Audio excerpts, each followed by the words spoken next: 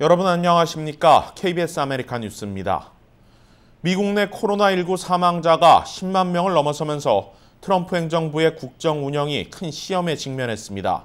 실업자도 4천만 명에 달하면서 경제 복원력을 잃는 것 아니냐는 우려의 목소리도 나오고 있습니다. 첫 소식 김경일 기자가 보도합니다. 코로나19 사망자가 10만 명을 넘기며 여론은 국가 최고 지도자가 현실을 외면한다, 침묵한다는 비판을 쏟아냈습니다. 트럼프 대통령은 시민들의 반응에 하루가 지나서야 사망자가 10만 명을 넘어선 데 대해 매우 슬픈 이정표에 다다랐다고 반응을 보였습니다. 트럼프 대통령으로선 코로나19 대응 책임론과 맞물려 재선 가도에 나쁜 영향으로 작용하고 있는 겁니다. 조기 경제 정상화도 부담입니다. 지난 10주간 늘어난 실업자는 약 4,100만 명. 지난주 신규 실업수당 청구 건수는 212만 건으로 한 주 전보다 소폭 감소세를 나타냈으나 여전히 높은 수치입니다. 당장 경제를 재가동하지 않으면 생계가 막막한 사람들도 수천만 명에 달합니다. 전문가들은 저임금 노동자들의 실업률이 높기 때문에 경제 정상화가 이뤄지면 실업률은 빠르게 줄어들 것으로 보고 있습니다. 문제는 사망자 10만 명이 주는 부담감입니다. 오는 8월까지 더해질 경우 사망자는 14만 명을 넘어설 것이라는 예측도 나오고 있습니다. 트럼프 대통령은 경제활동 정상화를 통해 3분기 경제 회복을 이뤄 코로나19 전쟁에서 승리한 대통령의 이미지로 대선 승부수를 던졌습니다. 그러나 아직까지 백신과 치료약이 없기 때문에 경제 회복은 서서히 이루어질 것이라는 분석이 지배적입니다. KBS 뉴스 김경일입니다. 어제부터 LA 카운티 소매업종 매장에서 손님을 받는 것이 가능해졌습니다. 경제 정상화를 앞둔 한인타운에서는 기대감과 동시에 걱정도 만만치 않습니다. 이채은 기자가 보도합니다. 굳게 닫혀있던 문을 오랜만에 연 한인타운 내 소매업소들. 어제부터 매장 안 손님 받기가 허용되며 LA 한인타운 소상공인들은 바쁜 하루를 보냈습니다. 곳곳에 손세정제를 비치하고 방역과 위생에 최선을 다한다는 안내문을 붙이기도 했습니다. 하지만 2개월여 만에 영업을 재개한다는 기대감과 동시 방역에 대한 책임감도 걱정입니다. 특히 아직 영업 허가를 받지 못한 미용실들은 본격적인 영업 재개를 앞두고 방역 작업 준비가 한창입니다. 자리마다 비닐 칸막이를 설치해야 하고 사용한 미용 도구를 매번 소독할 준비도 해야 됩니다. 아직 영업이 재개되지 않은 요식업종도 기대감을 나타내며 준비에 나서고 있습니다. 수저를 냅킨에 싸서 보관해야 하는 등 평소보다 엄격한 안전수칙을 지켜야 하기 때문입니다. 달라진 규정에 혼란을 겪는 한인업주들의 문의도 만만치 않습니다. 문의가 점차 많아지자 한인타운 청소년회관 KYCC는 한인업주들을 위한 영업재개 온라인 세미나를 준비하기도 했습니다. 세미나는 영업재개에 대한 전반적인 설명, 온라인과 전자상거래, 그리고 노동법 분야라는 주제로 나누어 총 3번에 걸쳐 진행될 예정입니다. 본격적인 경제 정상화에 나서고 있는 한인업주들. 그간 아픔을 잊기 위한 기대감과 앞으로의 걱정들이 교차하는 모습입니다. KBS 뉴스 이채은입니다. 북가주 지역 보건국장이 캘리포니아 주정부 행정명령 완화에 대해 위험하다며 소신 발언을 했습니다.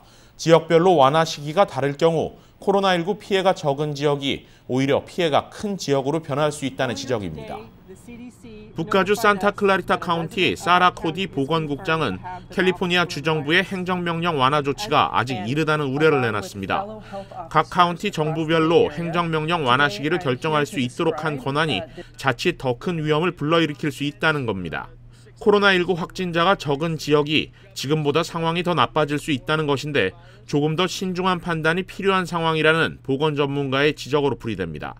코디 국장은 게빈 뉴섬 주지사의 이번 결정은 과학적이 아닌 정치적 판단에 의한 것으로 의심되며 카운티별로 행정명령이 완화될 경우 앞으로 적절한 방어에 곤란을 겪게 될 것이라고 경고했습니다.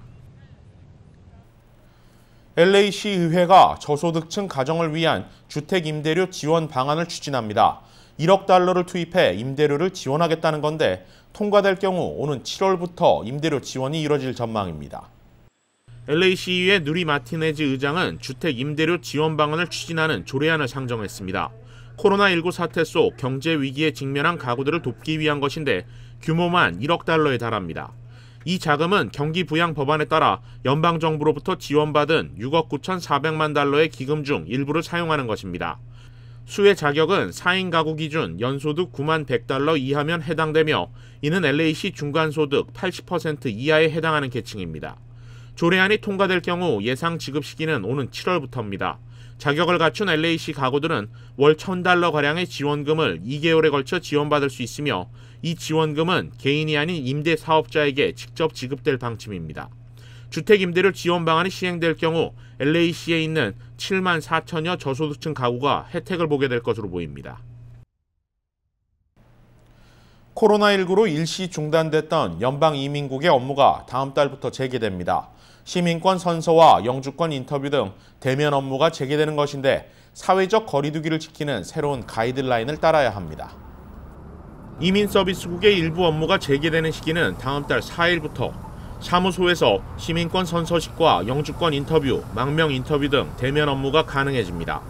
이민서비스국은 사회적 거리두기 지키기를 전제로 서비스를 재개하는 것이라고 밝혔습니다. 시민권 선서식은 수천 명의 사람들이 모이는 행사인 만큼 시간을 단축해 진행되며 입장도 15분 전에 허용됩니다. 영주권 대면 인터뷰의 경우 신청자 본인만 인터뷰에 참석할 수 있습니다. 통역이 필요한 경우 대면이 아닌 전화로 진행됩니다. 한편 심각한 예산난에 빠진 이민서비스국은 연방의회의 예산이 지원되지 않을 경우 오는 7월부터 단계적 무급휴직을 시행할 계획입니다. 트럼프 대통령이 종교 예배 장소 등을 필수적인 장소로 지정한 이후 각 주들의 의견이 엇갈리고 있습니다. 뉴욕과 뉴저지 일원 한인 교회의 상황을 취재했습니다. 제2사 KBTV 이창원 기자입니다. 도널드 트럼프 대통령이 종교계 개방을 촉구한 데 따라 각 주 종교계는 개방과 봉쇄 문제가 논란이 되고 있습니다. 현재 뉴욕주는 경제 재개가 이르다는 여론이 형성되어 있으며 종교계 개방을 불가하고 있는 입장입니다. 코로나 사태 이후 각 교회들은 TV나 온라인을 통해 예배를 진행하고 있는 가운데 뉴욕, 뉴저지 일부 교회는 드라이브인 또는 드라이브트루 방식에 한해서 종교 행사를 진행하고 있습니다.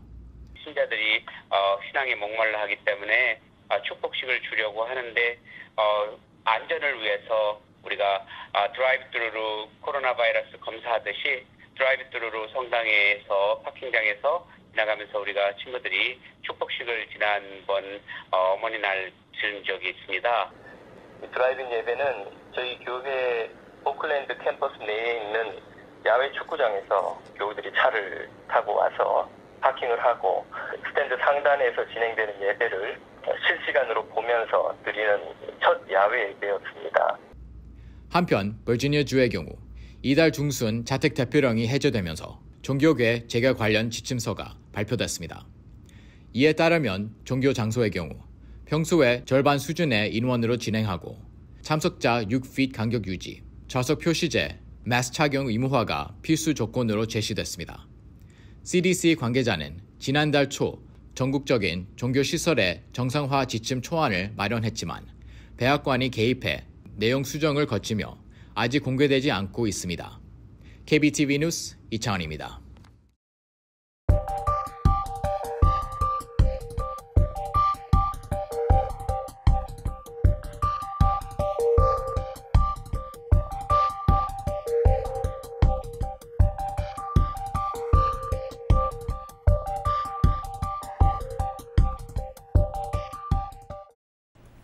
코로나19 사태 속에 미국이 또 다른 소용돌이에 휘말리고 있습니다. 미네아폴리스의 백인 경관이 흑인 용의자를 체포하던 과정에서 숨지게 한 것을 두고 LA를 비롯한 각지에서 사회적 거리두기를 무시한 대규모 시위가 벌어지고 있습니다. UN 인권 최고대표까지 강한 비판을 쏟아낸 가운데 경찰의 과도한 무력 집행으로 인한 사건이 미국 내 분열로 이어지지 않을까 우려됩니다. 뉴스 마칩니다. 고맙습니다.